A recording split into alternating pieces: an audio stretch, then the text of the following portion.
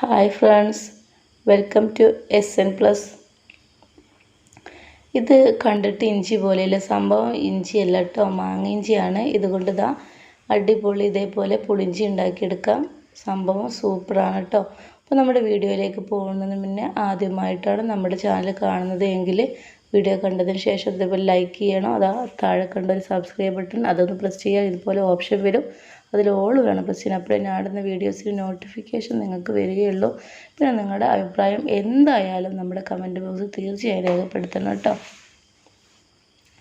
അപ്പോൾ നമുക്ക് വീഡിയോയിലേക്ക് പോകാം. അപ്പോൾ ഇതാണ് മാങ്ങയിഞ്ചി. നമ്മുടെ അയൽവാസി എനിക്ക് 2 കഷ്ണം മാങ്ങയിഞ്ചി തന്നതായിരുന്നു. അത് ഞാൻ ഇവിടെ കുഴിച്ചിട്ടതിന് ശേഷം ഇത്രയും നമുക്ക് കിട്ടിയിട്ടുണ്ട് കേട്ടോ. 2 കഷ്ണം മാങ്ങയിഞ്ചിയിൽ നിന്നാണ് ഇത്രയും കിട്ടിയത്. സംഭവം കിടാണ്. അപ്പോൾ ഇതൊന്ന് ചളിയൊക്കെ കളഞ്ഞ് ഒന്ന് വൃത്തിയാക്കി കഷ്ണങ്ങളാക്കി എടുക്കണം. അപ്പോൾ ഇത് മാങ്ങയിഞ്ചി ഇവിടെ കഷ്ണങ്ങളാക്കി എടുത്തു. അതിലേക്ക് ഒരു 4-5 പച്ചമുളക് അരിഞ്ഞെടുത്തു, വെളുത്തുള്ളി നീളത്തിൽ അരിഞ്ഞെടുത്തിട്ടുണ്ട്. പിന്നെ നമുക്ക് ശർക്കര പാനി വേണം. അതിന് വേണ്ടിയിട്ട് 4 ശർക്കര വെള്ളം ഒഴിച്ച് പാനിയാക്കി എടുക്കുകയാണ്.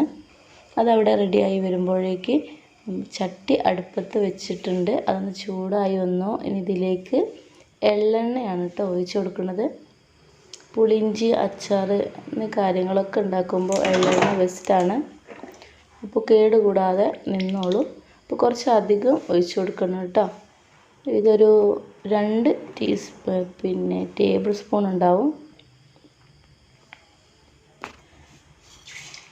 അപ്പോൾ നമ്മുടെ എള്ളെണ്ണ ഒന്ന് ചൂടായി വന്നപ്പോൾ ഇതിലേക്ക് കടുക് ഇട്ട് കൊടുത്തു.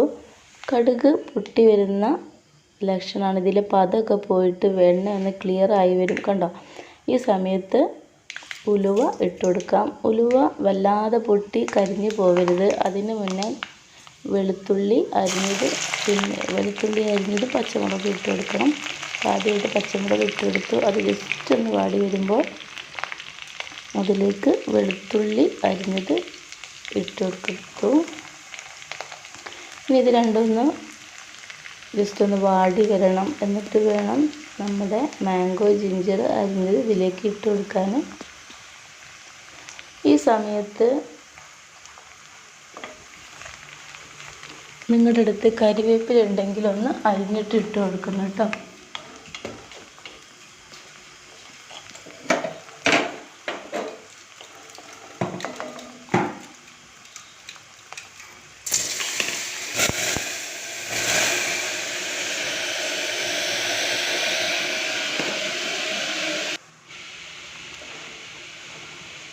അപ്പോൾ ഇതിലേക്ക് മാങ്ങയിഞ്ചി അരിഞ്ഞത് ഇട്ട് കൊടുത്തിട്ടുണ്ട്. ഇതൊന്ന് വഴണ്ട് ഇതിൻ്റെ വെള്ളമൊക്കെ പോയി ഒന്ന് വാടി വരുമ്പോൾ ഇതിലേക്ക് മഞ്ഞൾപ്പൊടി ഇട്ട് കൊടുക്കണം. കാശ്മീരി മുളക് പൊടി കൂടി ഇട്ട് കൊടുക്കുക. എരിവ് വേണ്ടവർക്ക് ഇതിൻ്റെ കൂടെ സാദാ മുളക് പൊടിയും കൂടെ ഇട്ട് കൊടുക്കുക കേട്ടോ.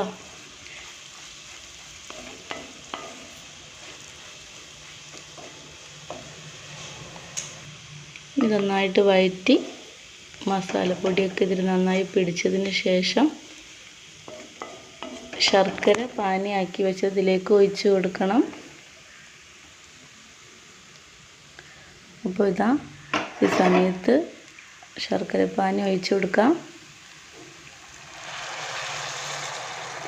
ഇപ്പോൾ ഇത് ശർക്കര പാനി ഒഴിച്ച് കൊടുത്തിട്ടുണ്ട്. ഇനി ഇതൊന്ന് തിളയ്ക്കുന്നത് വരെ വെയിറ്റ് ചെയ്യാം.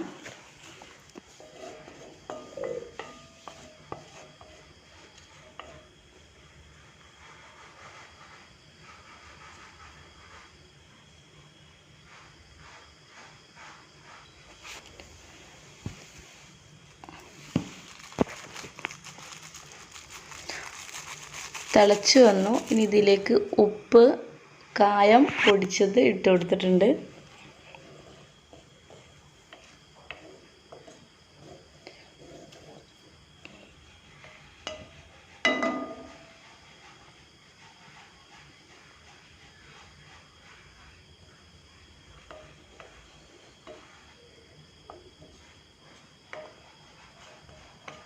ഈ തിളയ്ക്കുന്ന ഇതേ സമയത്ത് ഒരു ഗ്ലാസ് എടുത്ത് അതിലേക്ക്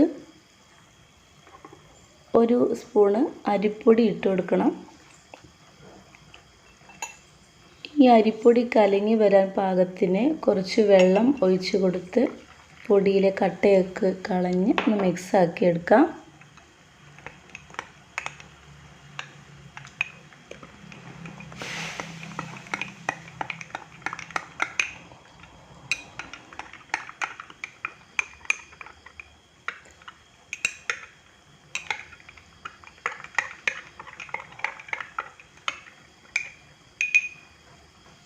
ഇനി ഈ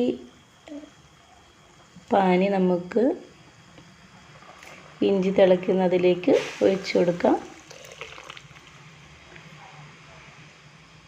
ഇനി ഇതൊന്ന് നന്നാക്കി മിക്സാക്കി തിളച്ച് നല്ലതുപോലെ കുറുകി വരുന്നത് വരെ വേവിച്ചെടുക്കണം.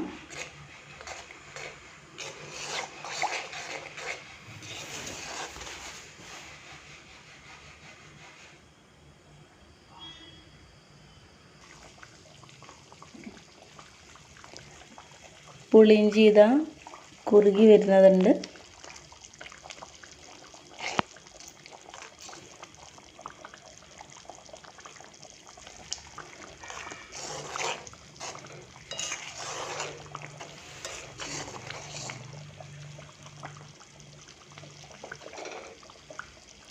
ഇപ്പോൾ ഏകദേശം റെഡിയായി. തണുക്കാനായിട്ട് മാറ്റി വെക്കാം. പുളിയിഞ്ചി ഇതാ തണുത്തൊക്കെ റെഡിയായി വന്നപ്പോൾ ഒന്നും കൂടെ കട്ടിയായി വന്നിട്ടുണ്ട്. ഇപ്പോൾ നല്ല കുറുകി വരുമ്പോൾ വേണ്ട കേട്ടോ ഓഫാക്കൽ. കുറച്ച് വെള്ളം പോലെ നിൽക്കുമ്പോൾ ഓഫാക്കണം. അപ്പോൾ തണുക്കുമ്പോൾ ഇതേ രൂപത്തിൽ വരും. അപ്പോൾ മാങ്ങ ഇഞ്ചി കൊണ്ടുള്ള അടിപൊളി പുളിയിഞ്ചി റെഡി ആയിട്ടുണ്ട്. നിങ്ങളുടെ വീടിനടുത്തൊക്കെ ഉണ്ടെങ്കിൽ ഇതേപോലെ ഒന്ന് ഉണ്ടാക്കി നോക്കണം.